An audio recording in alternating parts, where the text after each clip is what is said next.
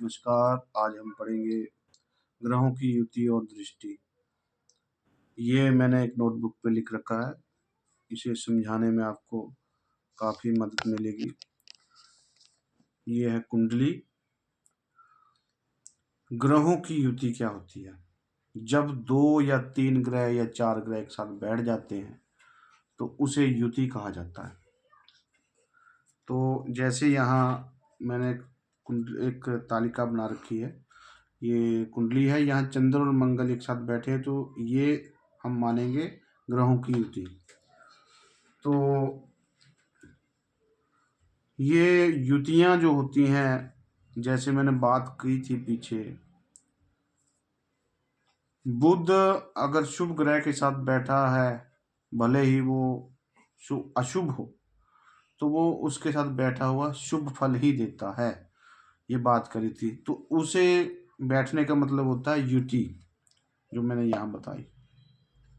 किस घर में बैठा है, ये 12 भाव के बारे में जानकारी पिछले वीडियो में मैंने बता दी है, तो वो आप देख सकते हैं पिछले वीडियो में।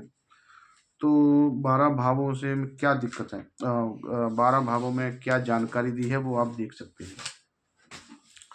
अब ग्रहों की ये युति की बात हुई, अब चलते हैं दृष्टि की ओर। सबसे बड़ी बात यह है, ग्रहों की दृष्टि जो होती है 7वीं होती है। 7वीं दृष्टि हर ग्रह अपनी 7वीं दृष्टि से देखता है।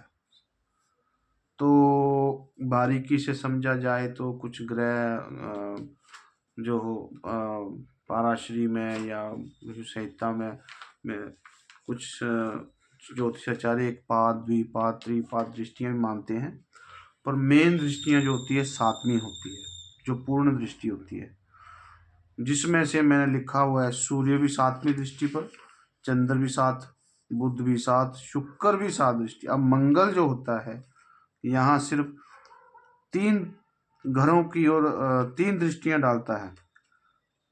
चौथी दृष्टि 7वीं तो है ही है और 8वीं भी 7वीं।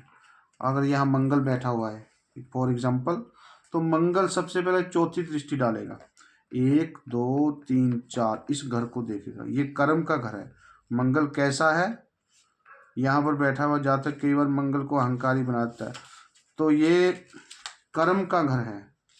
कर्म कैसा कर देगा ये आपको समझना चाहिए।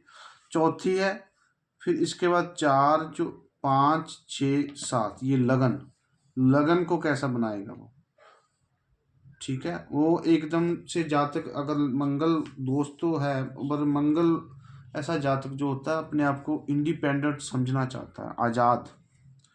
इसके बाद 7वें के बाद होती है उसकी 8वीं दृष्टि, यहाँ कुटुंब वाले घर में, धन वाले घर में, बैंक बैलेंस वाले घर में। तो मंगल का कारकत्व और स्वभाव के बारे में पीछे जानकारी दी थी। आगे हम बात करेंगे अगले वीडियो में लगन, किस लगन का जातक 12 भावों में क्या क्या फल देता है, जिससे आप उसको आप समझोगे तो आपको पूर्ण सही जानकारी आपको प्राप्त होगी, वो समझेंगे। तो ये चौथा, 7वां और 8वां, बृहस्पति जो होते हैं 5वीं दृष्टि देते हैं, 7वीं और 9वीं में।